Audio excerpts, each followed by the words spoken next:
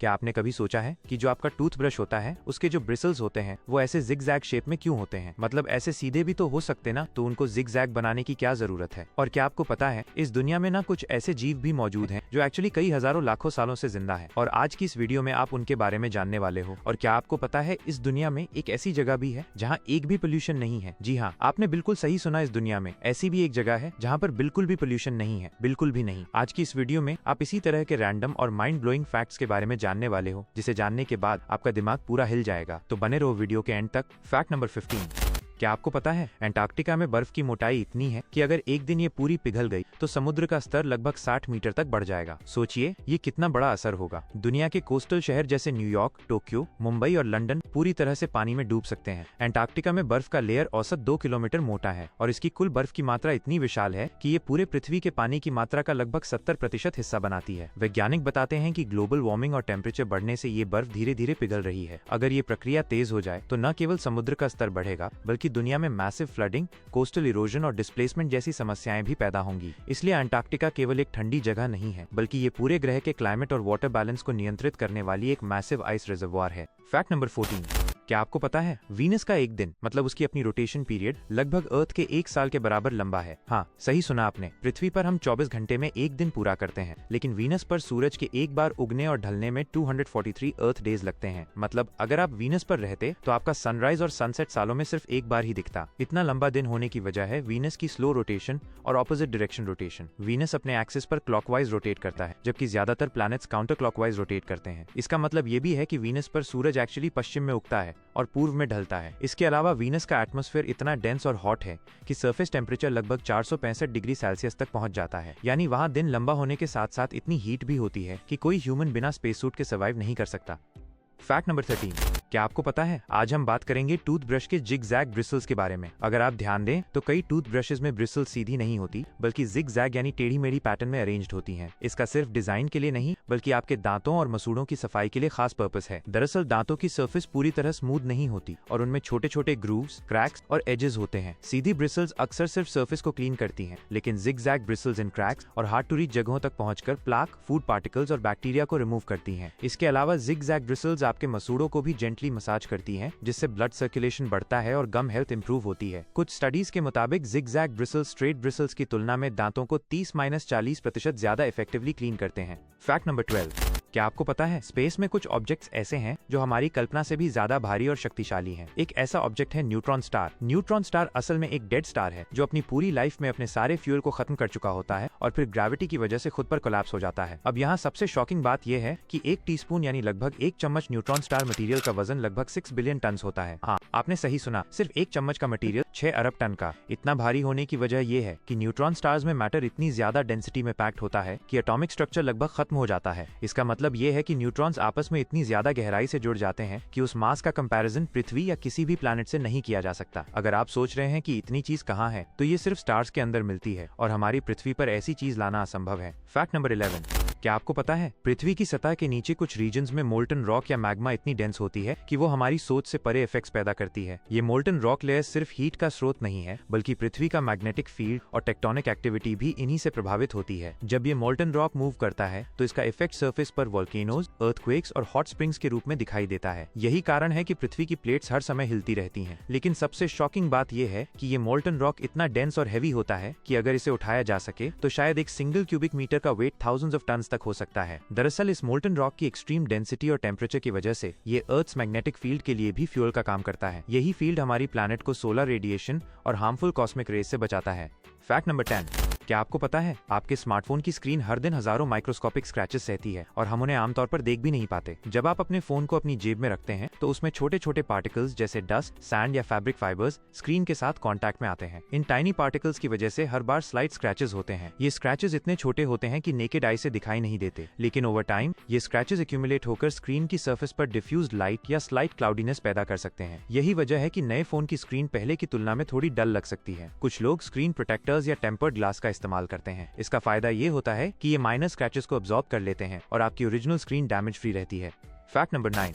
क्या आपको पता है हमारी पृथ्वी के अंदर इतनी जबरदस्त गर्मी छिपी हुई है कि अगर उसे सही तरीके से इस्तेमाल किया जाए तो पूरी दुनिया की बिजली की जरूरत लाखों सालों तक पूरी हो सकती है। दरअसल पृथ्वी का कोर यानी अंदरूनी भाग सूरज की सतह जितना गर्म है, माइनस लगभग 6000 डिग्री सेल्सियस। ये हीट लगातार बाहर की ओर निकलने की कोशिश करती रहती है। यही वजह है कि ज्वालामुखी फटते हैं और गर्म पानी के झरने यानी गेजर्स निकलते हैं। वैज्ञानिकों के अनुसार धरती में मौजूद ये जियोथर्मल एनर्जी इतनी विशाल है कि अगर हम इसे पूरी तरह हार्नेस कर सकें तो हमें कभी भी कोयला, तेल या गैस की जरूरत नहीं पड़ेगी। सोचिए, फ्री और साफ एनर्जी हर जगह मिल रही हो, माइनस न पोल्यूशन न क्लाइमेट चेंज की टेंशन। आज कुछ देश जैसे आइसलैंड और न्यूजीलैंड इस जियोथर्मल एनर्जी का इस्तेमाल बिजली बनाने और घर गर्म करने में कर रहे हैं, लेकिन अब भी इसका पूरा पोटेंशियल इस्तेमाल नहीं हुआ है।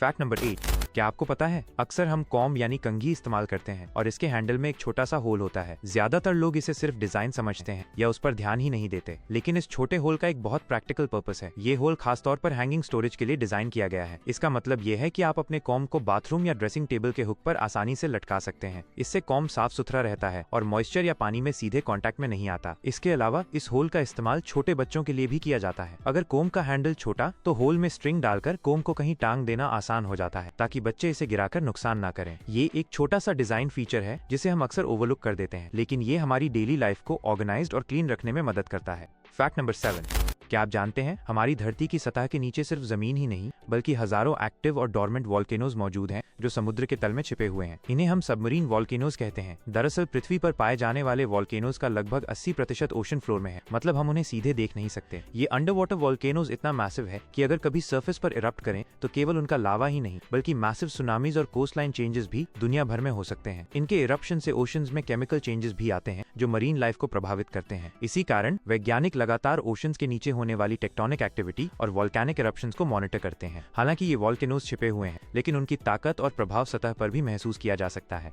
फैक्ट नंबर 6, क्या आपको पता है अंटार्कटिका जो पृथ्वी का सबसे ठंडा और सबसे रिमोट हिस्सा है सिर्फ बर्फ और आइसबर्ग से भरा नहीं है। यहाँ की हवा इतनी साफ और शुद्ध है कि वैज्ञानिकों के अनुसार पोल्यूशन के किसी भी ट्रेस को महीनों तक डिटेक्ट करना भी मुश्किल होता है। इसे और भी चौंकाने वाला बनाता है ये तथ्य कि पृथ्वी के बाकी हिस्सों में चाहे कितनी भी एडवांस टेक्नोलॉजी हो, वहाँ हमेशा कुछ न कुछ पोल्यूटेंट्स मौजूद रहते हैं, जैसे कार्बन डाइऑक्साइड, माइक्रोप्लास्टिक्स और केमिकल पार्टिकल्स। लेकिन अंटार्कटिका के कुछ रीजन्स इतनी अनटच्ड हैं कि वैज्ञानिक वहाँ का एयर सैंपलिंग करके सेंचुरीज पुराने एनवायरमेंटल डेटा तक स्टडी कर सकते हैं। इसका मतलब ये भी है कि अंटार्कटिका हमें पृथ्वी की ओरिजिनल पोल्यूशन फ्री हवा और क्लाइमेट कंडीशंस का एक रेयर स्नैपशॉट देता है। अगली बार जब आप फ्रेश एयर में सांस लें तो सोचिए कि अंटार्कटिका में हर दिन लोग लिटरल प्योर एयर में सांस ले रहे हैं जो हमारी दुनिया में शायद ही कहीं और मिल पाए।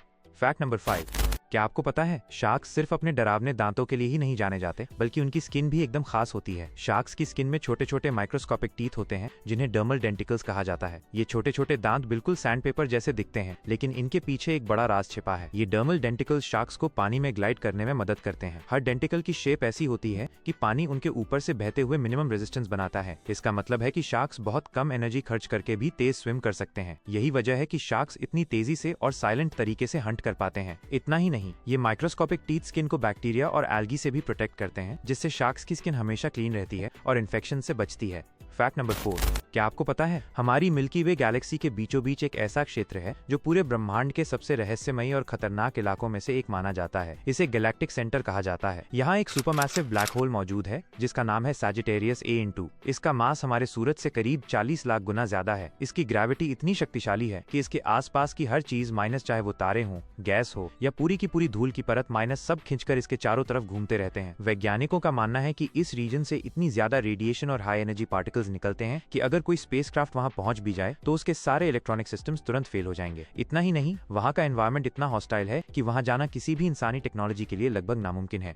फैक्ट नंबर 3, क्या आप जानते हैं अमेज़न रेन फॉरेस्ट में कुछ पेड़ इतने विशाल होते हैं कि उनकी कैनोपी यानी ऊपर की घनी शाखाओं और पत्तियों का हिस्सा एक पूरा फुटबॉल फील्ड ढक सकता है। इन पेड़ों की ऊंचाई 60 से 70 मीटर तक होती है और उनकी शाखाएं इतनी फैलती हैं कि किसी एक ट्री के नीचे खड़े होकर आप सोच भी नहीं सकते कि इतनी विशालता कितनी अद्भुत है। इन गाइगेंटेस्क पेड़ों की वजह से रेन फॉरेस्ट में बायोडाइवर्सिटी बनी रहती है। इनकी कैनोपी में कई प्रकार के पक्षी, बंदर और छोटे मैमल्स रहते हैं। इसी कैनोपी की वजह से नीचे की फॉरेस्ट फ्लोर में सनलाइट का स्तर नियंत्रित रहता है और छोटे प्लांट्स धीरे धीरे बढ़ पाते हैं। अमेज़न के ये विशाल पेड़ न सिर्फ ऑक्सीजन प्रोडक्शन में मदद करते हैं बल्कि एटमॉस्फेयर को बैलेंस करने में भी क्रूशियल रोल निभाते हैं। फैक्ट नंबर 2, क्या आप जानते हैं प्लूटो, जो हमारी सोलर सिस्टम का सबसे छोटा और सबसे दूर का ड्वार्फ प्लैनेट है, वहाँ की सरफेस ग्रेविटी इतनी कम है कि अगर आप वहाँ खड़े होकर कूदें तो आप लगभग 4 से 5 मीटर ऊंचाई तक सीधे हवा में उड़ सकते हैं। हाँ, सही सुना आपने, यानी वहाँ कूदना बिल्कुल ऐसा है जैसे आप ट्रैम्पोलिन पर कूद रहे हो, लेकिन बिना ट्रैम्पोलिन के। इसका कारण प्लूटो की सरफेस ग्रेविटी बहुत कम होना है, जो लगभग अर्थ की ग्रेविटी का सिर्फ 6% है। मतलब अगर आप अर्थ पर 70 किलो के हैं तो प्लूटो पर आपकी वेट सिर्फ लगभग 4 किलो होगी। इसी वजह से वहाँ कूदने पर आपका जंप कई गुना लंबा और धीरे होगा। इसके अलावा प्लूटो का एटमॉस्फेयर भी बहुत पतला है, इसलिए हवा आपको नीचे खींचने में बहुत कम मदद करती है। इसलिए थियोरेटिकली अगर आप वहाँ कूदें तो कुछ सेकंड तक हवा में फ्लोट कर सकते हैं।